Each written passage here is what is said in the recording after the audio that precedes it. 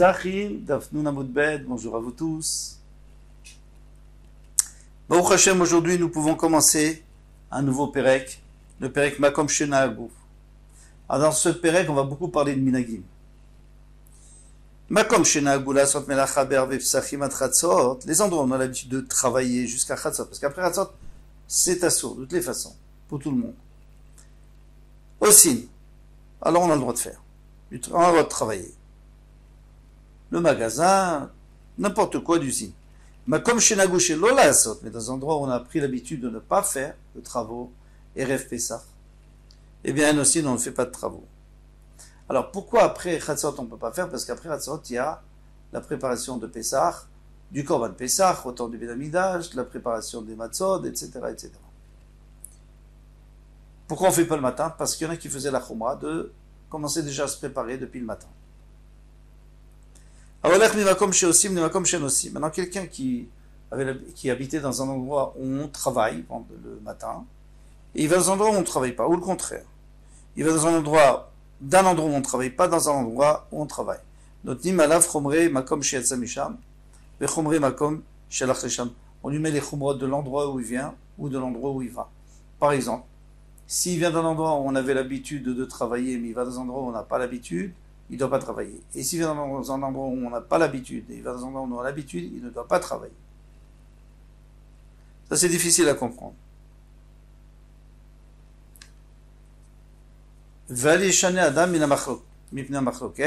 on a page, et un homme n'a pas le droit de changer à cause d'un machloket. Alors là, c'est contradictoire avec ce qu'on vient de dire. Parce qu'on a dit, tu fais comme tu as l'habitude. Si chez toi c'était plus rameau, alors tu fais comme chez toi. Si ici c'est plus sévère, alors donc forcément une fois sur deux, il va faire comme chez lui et pas comme chez les autres. Alors il y aura la marloquette. Donc on va poser la question. Que c'est beau.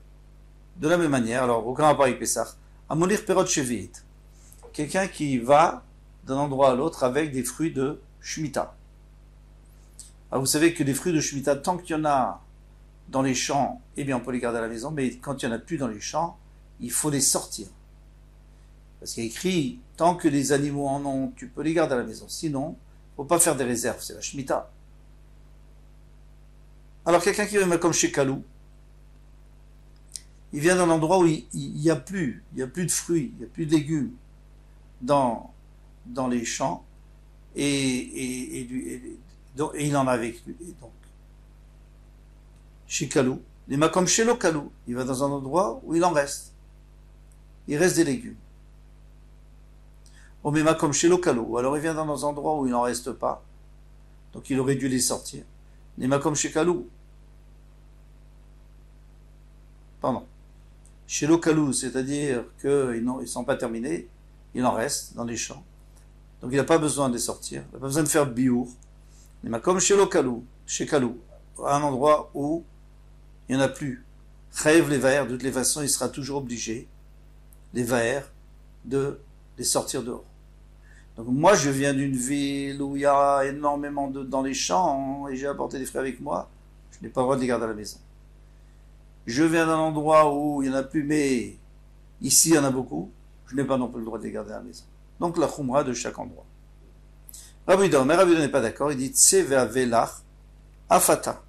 Lui il dit, c'est simple, moi je viens dans un endroit où il n'y en a plus. Donc les gens ne les gardent pas à la maison. Moi je garde à la maison, ça va faire une dispute, parce que les gens, ça va faire une marloquette. Les gens vont dire, qu'est-ce qu'il fait? Il fait pas comme nous. Et moi je peux leur dire, écoutez, allez dans ma ville, vous allez en trouver, et vous pourrez les apporter, et vous pourrez les garder à la maison. Et le contraire aussi. Si moi je viens d'un endroit où il n'y en a plus, et je vais dans un endroit où il y en a, donc les gens peuvent me dire, écoute, les tiens, d'accord, tu n'as pas le droit de les garder parce qu'il n'y en a plus, j'ai donné. Tu vas au marché, tu vas en trouver, et tu peux les garder à la maison. Donc finalement, on peut toujours s'arranger.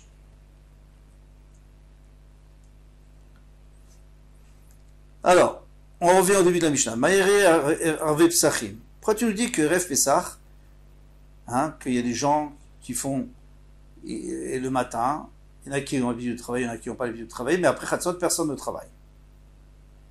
Pourquoi tu me dis que Erev Pessah, a fait le Erev Shabbatot, même Erev Shabbat, après après Mincha. Mincha, c'est quoi? C'est une demi-heure après Chatzot. Verve Yamim Tovim et Rev Yom Tov. Nami, on n'a pas le droit de faire de travaux après Chatzot. Après une demi-heure après Chatzot, c'est-à-dire Zman Mincha. Détania, comme il y a enseigné dans une braïta, Ose Melacha Berve Shabbatot Yamim Tovim, Mina Mincha Ulmala, à partir de Mincha et après. Et Noré, Siman Bracha Leolam. Il ne verra jamais de bracha de ce qu'il a gagné. Ni de l'argent qu'il a gagné, ni même avec cet argent, s'il fait du commerce, il ne gagnera jamais. Parce qu'on ne doit pas faire de travail l'après-midi.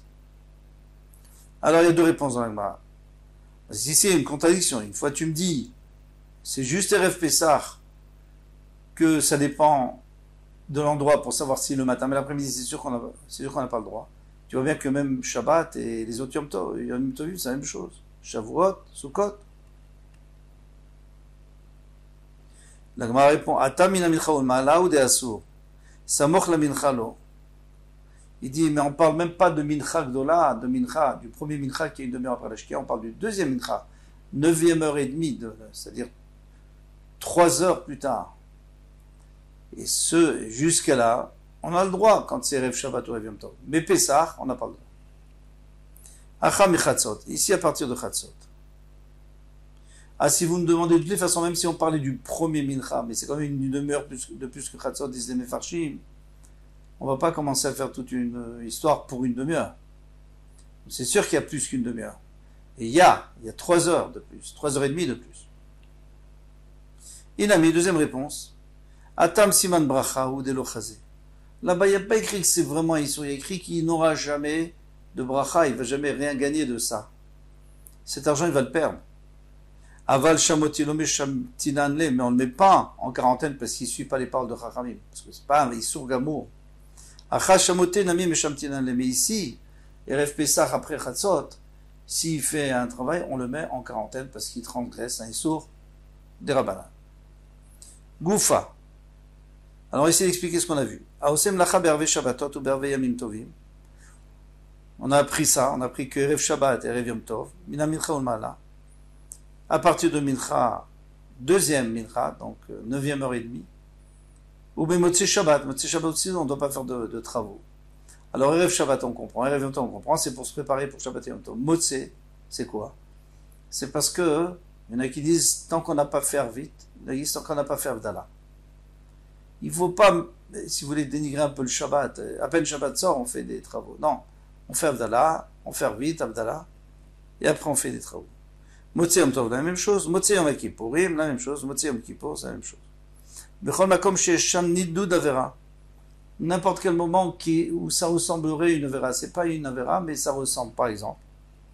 D'atouyer ta'anit sibour.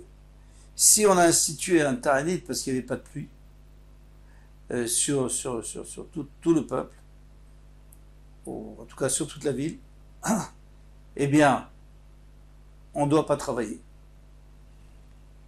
Pourquoi? Parce qu'on dénigre. On dénigre la gravité de la situation. Bon, ça va, moi, je me débrouille. Et il n'y aura jamais de bracha dans tous ces cas-là. De ce qu'il a gagné. Tanoura Banan. Yesh Zariz Veniska. Il y a des gens qui travaillent et qui ont un mérite. Yesh Zariz Venifsad. Il y a des gens qui travaillent qui n'ont pas de mérite. Ils perdent. Yeshafal Veniskar, il y a des gens qui ne travaillent pas, qui sont à la retraite, par exemple, Veniskar, et ils gagnent. Yeshafal Venisfsad, il y en a qui ne travaillent pas, mais qui perdent. Alors on va expliquer. Zariv Veniskar, qui est celui qui travaille et qui gagne, David Koulé Shabbata, parce qu'il travaille toute la semaine. Le David Vemal Shabbata est vendredi, après Mincha, il ne travaille pas, donc il va voir un Sachar. Et tout le monde va voir qu'il s'est arrêté d'Irfot Shabbat. Zariz Venifsad. Maintenant, quelqu'un qui travaille beaucoup et qui perd, pourquoi David Koulé Shabbata, David Vemal Shabbata, il travaille tout le temps jusqu'à l'entrée de Shabbat. Shafat Veniskar, il ne travaille pas, il gagne des Loavid Koulé Shabbata, Veloavid Vemal Shabbata, il travaille ni en semaine, ni Rev Shabbat. Donc, il a quand même le Sachar de ne pas travailler l'après-midi de Rev Shabbat, après Mincha. Pardon. Vous allez me dire, mais il n'a rien fait du tout. Il n'a rien fait l'Irfot Shabbat. Il ne travaille pas parce que de toute façon, il ne travaille pas. Il ne travaille jamais. Ça, on va expliquer. Shafel Venis Fsad, maintenant, quelqu'un qui ne travaille pas et qui perd. Des loavid que les Shabbat, il ne travaille pas toute la semaine. Vavid Bema les Shabbat. Et justement, il se réveille juste avant Shabbat et il commence à travailler. Amarava, Rava a dit, un énéché des Mechosa, ces femmes qui habitent à Nechosa, Falgav de Loavan Davita Bema les Shabbat. Même si elles ne travaillent pas Erev Shabbat après Mincha, Mishu Mefan Kutahu, c'est parce qu'elles sont très délicates et elles ne travaillent jamais. Ces femmes, elles ne travaillent même pas pendant la semaine. Parce que même les autres jours de la semaine, ils ne travaillent pas. Afilu Achi, Shafal Veniskar Karinan Lehu, on les appelle quand même Shafal Veniskar. C'est-à-dire, elles ne travaillent pas, mais elles ont gagné. Elles ont gagné, ils ont une mitzvah. Alors, c'est là où il va falloir expliquer. Quelqu'un qui ne travaille jamais, parce qu'il est paresseux, ou parce que ça se fait pas dans cette ville, ça ne se faisait pas que les femmes travaillent, les femmes étaient comme des reines, et c'est les maris qui travaillaient. Maintenant, tu ne travailles pas Erev Shabbat, donc tu ne fais pas ça l'ishma, tu ne fais pas ça pour la mitzvah. Tu ne travailles pas parce que tu ne travailles jamais. Et il y aura un sachar. Pourquoi c'est comme ça? C'est ce qu'on va voir dans la suite de la Gemara. Il y a une notion de mitor shelush. L'olam, il y a sogadam be Torah ou mitzvot. Quelqu'un, il devra toujours s'occuper de Torah et des mitzvot. Afilot shelolishma, même s'il ne le fait pas pour la mitzvah. Chez mitor shelolishma balishma, parce qu'un jour il le fera pour la mitzvah. Donc on a compris que quelqu'un qui ne travaille pas toute la semaine, il ne travaille pas aussi Erev Shabbat. Peut-être qu'un jour, il voudra travailler Erev Shabbat parce qu'il aura besoin de quelque chose, il ne le fera quand même pas parce qu'il a pris l'habitude. Donc c'est bien.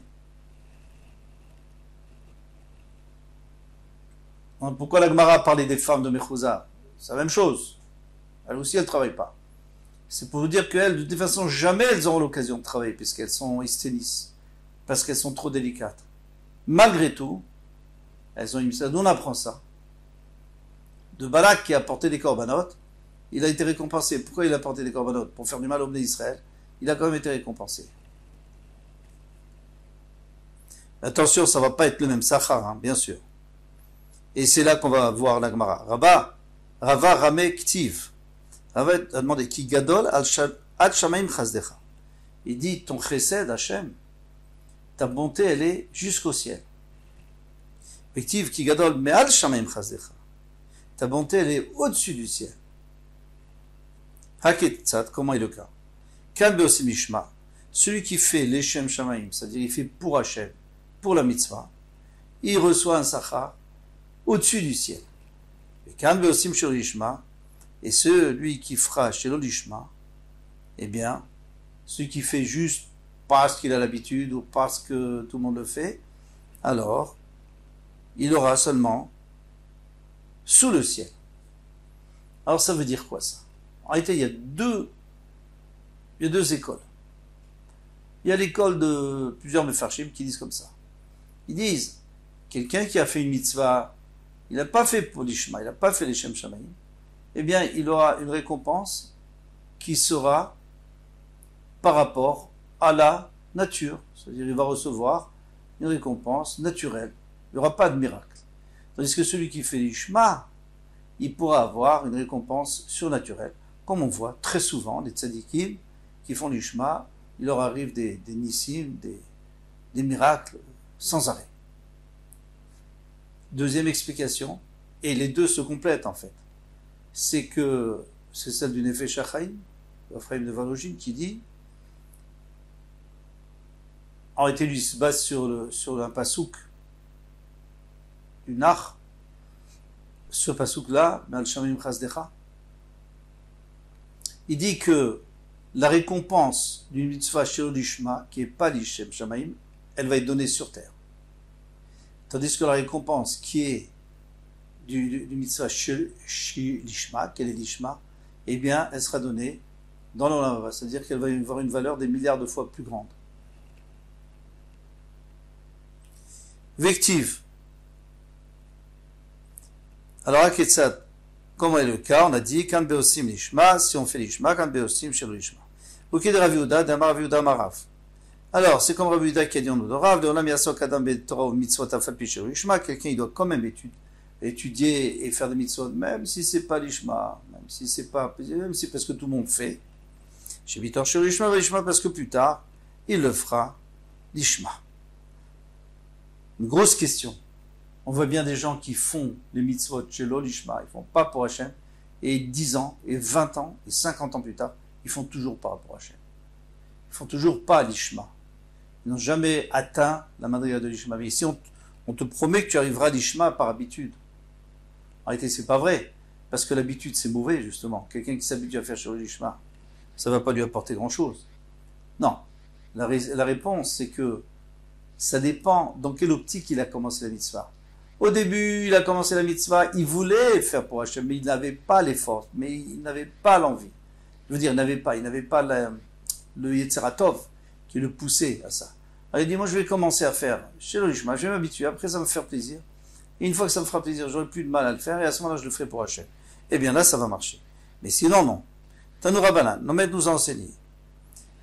Ahmed s'appelle Isra Rishto, celui qui attend et qui compte sur le sachar de sa femme, sur le salaire de sa femme.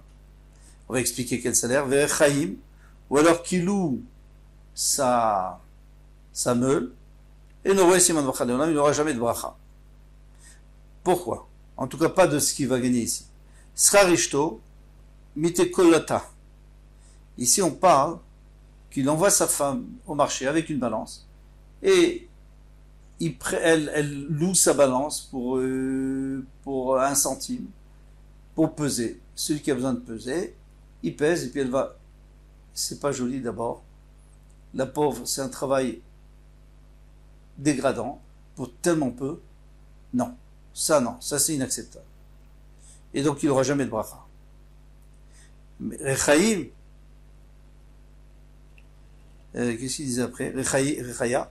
Donc maintenant, la meule, Agartha, il loue sa meule.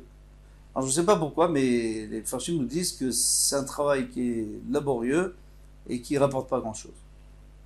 Avalavda ou mezavna, mais si elle fabrique, par exemple, des draps, et elle les vend, le passou qui dit du bien, Sadin, Asta Vatimkor, on dit dans les Chetraïl, elle a fait Sadin, Asta Vatimkor. Elle a fait des draps, elle a fait de la couture, elle a tissé et elle a vendu. Ça, oui. Parce que ça, c'est pas du tout dégradant, au contraire, ça rapporte beaucoup. Tanoura Banan Mistaker, celui qui ça parnassa, donc son gagne-pain, Bekanim. Il vend des roseaux pour faire des barrières. Kankanim, ou alors des jarres en terre cuite. Et il n'aura pas de siman bracha, pourquoi? Maïtama, que Madena fiche Afrazayou, puisque il y a un gros volume. Pourquoi il y a un gros volume? Parce que pour faire une barrière, on va vendre beaucoup de roseaux, c'est léger, et c'est des quantités, la même chose avec des jarres. C'est de la terre cuite, ça coûte pas grand chose, mais c'est volumineux. Shalta Baena, donc il va y avoir l'œil, les gens ils vont dire, tiens, il vend beaucoup, lui, ça fait Inara. Il vaut mieux vendre des petites choses, sans se faire remarquer, comme on avait dit dans la rue, il faut pas vendre. Celui qui vend dans la rue, c'est pas bon, il doit vendre, on a vu, on va voir, il doit vendre dans un magasin. Tanoura Banan, juste ici. Tagré Simta, ceux qui vendent dans les ruelles, ou à plus forte raison dans les grandes rues, eh bien, eux, il y aura Inara, ils n'auront pas de bracha. Migade Bemadaka. La même chose pour ceux qui élèvent des chèvres, par exemple. Parce que les chèvres, elles embêtent tout le monde, elles vont manger partout, et tout le monde va lui en vouloir. Kotsetse Ilanotovot, celui qui coupe des beaux arbres, pas fruitiers, parce que c'est complètement assourd, mais des beaux arbres d'ornement, et qui les vend. Les gens, ils vont lui en vouloir. Ou celui que quand il partage, lorsqu'il partage avec un associé, il prend toujours le plus beau morceau. Il y aura aussi Inara, bien sûr. Et n'aurait siman bracha leolam. Maïtama, d'itaou beinche, parce que les gens ils regardent avec étonnement. Pourquoi lui, qu'est-ce qu'il fait là? Tanoura Banan. Nous nous enseigner Arba Prutot, en baim siman bracha leolam. il y a 4 proutot. Proutot, quand on dit proutot, c'est-à-dire des pièces. Ça peut être aussi des pièces d'or. Eh bien, c'est des choses qu'on a gagnées, de l'argent qu'on a gagné, il n'y a pas de bracha. Srar Kodvim, ceux qui écrivent, Sefer Torah, etc., Tfilin Mezuzot. Srar Meturgemanin, ceux qui traduisent, ceux qui les interprètent au shiur. Ils interprètent parce que le Rav parlait, mais il ne pouvait pas parler, tout le monde n'entendait pas, et lui avait une voix très forte, l'interprète, et il répétait aux gens. Vesrar Yetomim, et le salaire des Yetomim, celui qui travaille avec l'argent des orphelins et il partage les bénéfices. Maot Abot Midatayam, et celui qui envoie des bateaux à l'étranger, à Outre-mer, pour apporter de la marchandise. Alors, Bishla Masra, il faut comprendre pourquoi il n'aura pas de bracha. Bishla Masra Meturgemanin, le sachar des interprètes, parce que généralement le jour c'était Shabbat, donc les gens vont dire, en réalité, ils gagnent de l'argent de Shabbat. Et ça, c'est sûr qu'il n'aura pas de bracha. En vérité, il a le droit de le faire parce qu'il y avait aussi en semaine. Donc, si on reçoit un salaire par mois, on peut. Mais la majorité des shiurim, c'était le Shabbat. Mishum de Birze Kesar Shabbat, ça a l'air d'un salaire du Shabbat. Maot Yetomim Nami, Lavne Mechilaninu. Parce que les Yetomim, ils peuvent pas être, les enfants, ils peuvent pas être mochel. Donc, si tu te trompes un peu dans le partage, 50-50, ils se trompent un peu dans le partage, eh bien, il n'y aura pas de mechila. Maot Abot Midatayam, Mishum de Laf, Kol Yom Mitraesh Nisha. Parce qu'il n'y a pas toujours un miracle que ton bateau va revenir. Et si ton bateau, s'il y a une tempête, s'il y a s'il se fait attaquer, eh bien, tu vas tout perdre. Et là, Srar Kodvi Maïtama. Mais alors, pourquoi? Mais ceux qui écrivent des Sfarim, c'est une grande mitzvah. Les Sefrei Torah, les Nar, tout ça. C'est une grande mitzvah. Pourquoi ils n'ont pas de bracha? Rabbi Shimon Levi. Kavdalev Taniot. Rabbi Shimon a dit il y a 24 Taniot, 24 jeunes, et je vois un Chekiset Agdola. Les Chachamim de la Grande Assemblée de 120, parmi eux Mordechai et Ezra, etc. Eh bien, ils ont fait Al-Kotfe Sfarim Tfilim Mezuzot. Ceux qui écrivent Sfarim Tfilim Mezuzot, on dit Stam, sauf les Stam. Chez eux, qui deviennent pas riches avec leur métier. Chez Inmalé Mitashrim, parce que s'ils deviennent riches, En Kotvim, ils vont arrêter. Ils vont arrêter d'écrire. S'ils s'enregistrent, ils vont prendre cet argent, ils vont aller faire des affaires. Ils vont arrêter, il n'y aura plus de Tfilim, il n'y aura plus de Mezuzot. Tanoraban Kotfe Sfarim Tfilim Mezuzot, En Vetagreem, Vetagreem. Donc, eux, et ceux qui vendent leurs marchandises, et leurs Sfarim, et ceux qui vendent aux autres, c'est-à-dire les détaillants, les grossistes et les détaillants, tout celui qui s'occupe de travailler pour Hachem, pour permettre aux gens d'avoir des tuines, etc. Même ceux qui vendent des tzitzi, des tzitziot, et ils n'auront pas de bracha, pourquoi? Parce que sinon ils vont s'arrêter. Mais si ils font du Shema, eh bien, ils auront la bracha, parce que, puisqu'ils font les Shem Shamaim pour que les gens profitent, ils ne vont pas s'arrêter. Ils continueront à écrire des tefillin, ils continueront à écrire des sfarim. Je pense qu'on peut s'arrêter là. C'est une nouvelle souya. Kol Tuv, à demain, Bezrat Hashem.